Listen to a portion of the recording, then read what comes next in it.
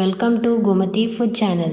இன்றைக்கி நம்ம கேக் செய்கிறதுக்கு தோசைக்கல் மட்டும் பயன்படுத்தி ஓவன், கடாய், குக்கர்னு எதுவுமே நம்ம பயன்படுத்தாமல், அதே மாதிரி மைதா, கோதுமை மாவு, பட்டர், முட்டை எதுவுமே சேர்க்காமல் நல்ல சூப்பரான டீ கடை ஸ்பாஞ்ச் கேக் தாங்க நம்ம இன்றைக்கி செய்ய போகிறோம்.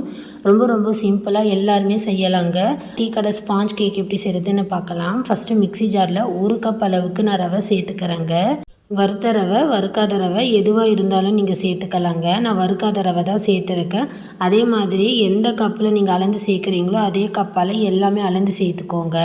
இப்போ நம்ம ஒரு 1/2 கப் அளவுக்கு சர்க்கரை சேர்த்துக்கலாம்.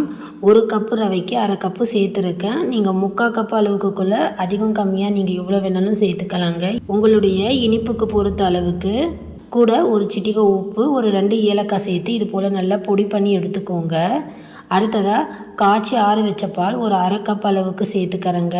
நல்லா ஃப்ரெஷ்ஷாக கெட்டியான தயிர் ஒரு 1/2 கப் அளவுக்கு சேர்த்துக்கோங்க. கூடவே 1/2 கப் அளவுக்கு ரீஃபைண்ட் ஆயில் சேர்த்துக்கிறேங்க. வாசனை இல்லாத எந்த எண்ணெய் இருந்தாலும் நீங்கள் பயன்படுத்திக்கலாம். அடுத்து 1/4 ஸ்பூன் பேக்கிங் சோடா சேர்த்துருக்கேன். 1 ஸ்பூன் அளவுக்கு பேக்கிங் பவுடர் சேர்த்துருக்கேன். இது இருந்தால் நீங்கள் சேர்த்துக்கோங்க. இது இல்லைன்னா நீங்கள் ஈனோ பவுடர் கூட சேர்த்துக்கலாம். இப்போ இது மறுபடியும் ஒரு வாட்டி நல்லா அரைச்சிட்டு எடுத்துக்கோங்க. பாருங்கள், இப்போது இந்த மாதிரி ஒரு கன்சிஸ்டன்சியில் இருக்கும். இப்போ நல்லா ரவை ஊறி வரணும். ஊறத்துக்கு நம்ம டைம் கொடுக்கணும்.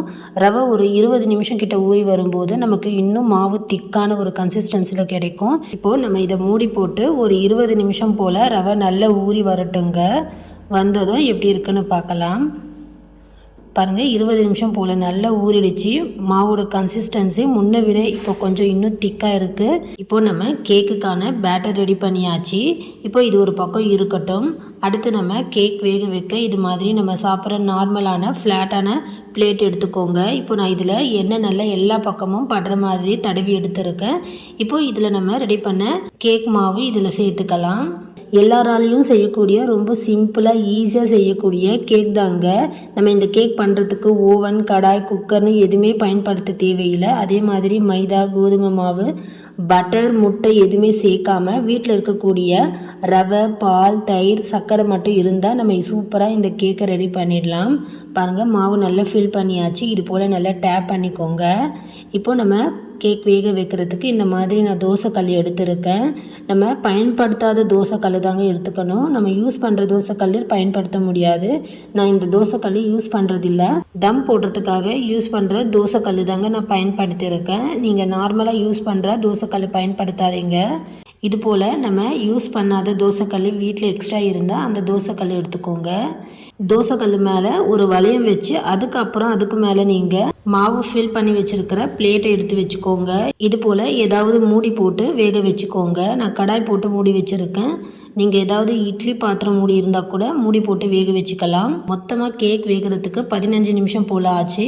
அதில் ஃபஸ்ட்டு ஒரு 5 நிமிஷம் ஹை ஃப்ளேமில் வச்சுக்கோங்க. ஒரு 10 நிமிஷம் லோ ஃப்ளேமில் வச்சு வேக வச்சுக்கோங்க. ஒரு 15 நிமிஷத்துலேயே கேக்கு நல்லா வெந்துடுச்சு. சப்போஸ் உங்களுக்கு கூட குறைவாக ஒரு 5 நிமிஷம் எக்ஸ்ட்ரானாலும் நீங்கள் வேக வச்சுக்கோங்க. கேக்கு நல்லா வெந்து வந்ததை நல்லா ஆற வச்சுக்கோங்க. அதுவே தானே நல்லா எழும்பி கேக் வந்துடும். இப்போ நம்ம வேணுங்கிற ஷேப்பில் நம்ம கேக்கை பீஸ் போட்டுக்கலாம். கேக் வேகிறதுக்கு மூடி போட்டிருந்த அந்த கடாயை நான் வாஷ் பண்ணிவிட்டு துடைக்காமல் அப்படியே நான் மூடி போட்டு வேக வச்சுட்டேங்க. அந்த தண்ணி பட்டு தான் இந்த மாதிரி புள்ளியாக வந்திருக்கு. நீங்கள் மூடி போடும்போது ஈரமான ஏதாவது மூடிடாதீங்க. இந்த மாதிரி தண்ணி பட்டு புள்ளியாக வந்துடும். அவ்வளோதான், நல்லா சூப்பராக ஸ்பாஞ்சியான கேக் ரெடி ஆகிடுச்சு. உங்களுக்கு பிடிச்ச மாதிரி நீங்கள் டெக்கரேட் பண்ணிக்கலாம்.